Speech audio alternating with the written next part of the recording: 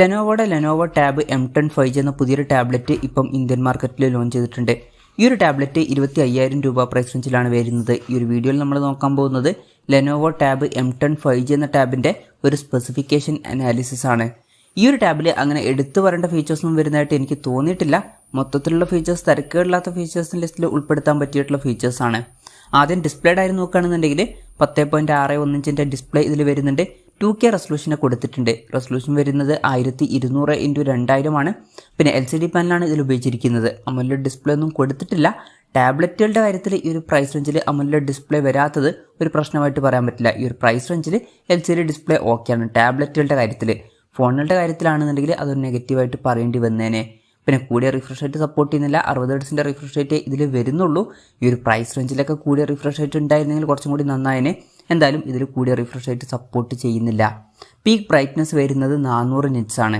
അപ്പോൾ display features മൊത്തത്തിൽ നോക്കുകയാണെന്നുണ്ടെങ്കിൽ അത്ര മികച്ച ഡിസ്പ്ലേ ഫീച്ചേഴ്സ് വരുന്നുണ്ട് എന്നൊന്നും പറയാൻ പറ്റില്ല. കൂടിയ റിഫ്രഷ് റേറ്റും കൂടി അവർക്ക് ഈ ഒരു പ്രൈസ് റേഞ്ചിൽ കൊടുക്കായിരുന്നു.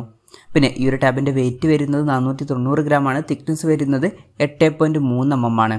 പിന്നെ ഈ ടാബിൻ്റെ അപ്സി ബ്ലൂ എന്നുള്ള കളർ വേരിയൻ്റ് ആണ് ഇപ്പോൾ ലോഞ്ച് ചെയ്തിരിക്കുന്നത്. പ്രോസസ്സറിൻ്റെ കാര്യത്തിലോട്ട് വരികയാണെന്നുണ്ടെങ്കിൽ സ്നാപ്ഡ്രാഗൺ 695 എന്നുള്ള പ്രോസസ്സർ ഈ ടാബിൽ കൊടുത്തിട്ടുണ്ട്. 25,000 രൂപ പ്രൈസ് റേഞ്ചിൽ ടാബ്ലറ്റുകളുടെ കാര്യത്തിൽ തിരക്കേടില്ലാത്തൊരു പ്രോസസ്സറൊക്കെ തന്നെയാണ്.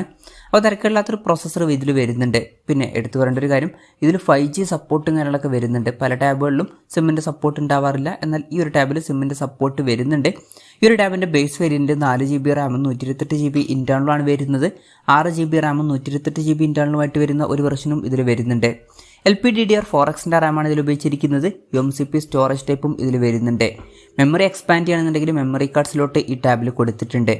പിന്നെ സ്റ്റീരിയോ സ്പീക്കേഴ്സ് ഈ ടാബിൽ വരുന്നുണ്ട്. ഡ്യുവൽ സ്റ്റീരിയോ സ്പീക്കേഴ്സ് ഈ ടാബിൽ വരുന്നുള്ളൂ. ഈ ഒരു പ്രൈസ് റേഞ്ചിൽ പല ടാബുകളിലും കോഡ് സ്റ്റീരിയോ സ്പീക്കേഴ്സും കാര്യങ്ങളൊക്കെ വരാറുണ്ട്. പക്ഷേ ഇതിൽ ഡ്യുവൽ സ്റ്റീരിയോ സ്പീക്കേഴ്സേ കൊടുത്തിട്ടുള്ളൂ. കോഡ് സ്റ്റീരിയോ സ്പീക്കേഴ്സ് കൊടുത്തിരുന്നതിൽ കുറച്ചും കൂടി നന്നായനെ. ഡോൾബി അറ്റ്മോസിൻ്റെ സൗണ്ടും കാര്യങ്ങളൊക്കെ ഇതിൽ സപ്പോർട്ട് ചെയ്യുന്നുണ്ട്. 3.5mm ഓഡിയോ ജാക്ക് ഈ ടാബിൽ കൊടുത്തിട്ടുണ്ട്. Android 13 ബേസ് ആയിട്ടുള്ള സോഫ്റ്റ്വെയർ ആണ് ഈ ടാബിൽ വരുന്നത്. ക്യാമറയുടെ കാര്യം പറയുകയാണെന്നുണ്ടെങ്കിൽ ടാബിൻ്റെ പിന്നിൽ സിംഗിൾ ക്യാമറ ആണ് കൊടുത്തിരിക്കുന്നത്. ടാബിൻ്റെ പിന്നിൽ 13 MP ക്യാമറ കൊടുത്തിട്ടുണ്ട്. പിന്നെ ടാബിൻ്റെ ഫ്രണ്ടിൽ 8 MP സെൽഫി ക്യാമറയും കൊടുത്തിട്ടുണ്ട്. ബാറ്ററിയുടെ കാര്യം പറയുകയാണെന്നുണ്ടെങ്കിൽ 7800 mAh ബാറ്ററി ഈ ടാബിൽ കൊടുത്തിട്ടുണ്ട്. അത് തിരക്കേടില്ലാത്തൊരു ബാറ്ററി കപ്പാസിറ്റി ആണ് എന്ന് പറയാം. പിന്നെ 20 വാട്ടിൻ്റെ ഫാസ്റ്റ് ചാർജ് സപ്പോർട്ട് ചെയ്യുന്നുണ്ട്. പിന്നെ Type-C ചാർജിംഗ് പോർട്ടും ഇതിൽ കൊടുത്തിട്ടുണ്ട്. അപ്പം തിരക്കേടില്ലാത്തൊരു ബാറ്ററി സെറ്റപ്പ് ഈ ടാബിൽ വരുന്നുണ്ട് എന്നൊക്കെ പറയാവുന്നതാണ്. അപ്പം ഇതൊക്കെയാണ് ഫീച്ചേഴ്സിനെ പറ്റി പറയാനുള്ള കാര്യങ്ങൾ. പിന്നെ വിലയുടെ കാര്യം പറയുകയാണെന്നുണ്ടെങ്കിൽ ഈ ടാബിൻ്റെ 4GB റാം വെർഷൻ്റെ വില വരുന്നത് 24,999 രൂപയാണ്. 6GB റാം വെർഷൻ്റെ വില ഇപ്പം അനൗൺസ് ചെയ്തിട്ടില്ല. ജൂലൈ 15 മുതലാണ് ടാബിൻ്റെ സെയിലും കാര്യങ്ങളൊക്കെ സ്റ്റാർട്ട് ചെയ്യുന്നത്. ആമസോൺ വഴിയും ഫ്ലിപ്കാർട്ട് വഴിയൊക്കെ ഈ ടാബ് ലഭിക്കുന്നതായിരിക്കും.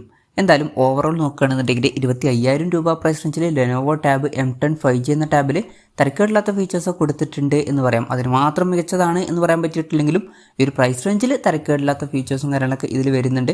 എടുത്തു പറയേണ്ട കാര്യം, സിമ്മിൻ്റെ സപ്പോർട്ടും ഇതിൽ ഈ ഒരു പ്രൈസ് റേഞ്ചിൽ തന്നെ കിട്ടുന്നുണ്ട്. അപ്പം ഈ ഒരു ടാബ് വലിയ തിരക്കേടില്ലാത്തൊരു ടാബായിട്ടാണ് എനിക്ക് തോന്നിയിട്ടുള്ളത്. നിങ്ങളുടെ അഭിപ്രായം ജസ്റ്റ് ഒന്ന് കമൻറ്റ് ചെയ്യുക.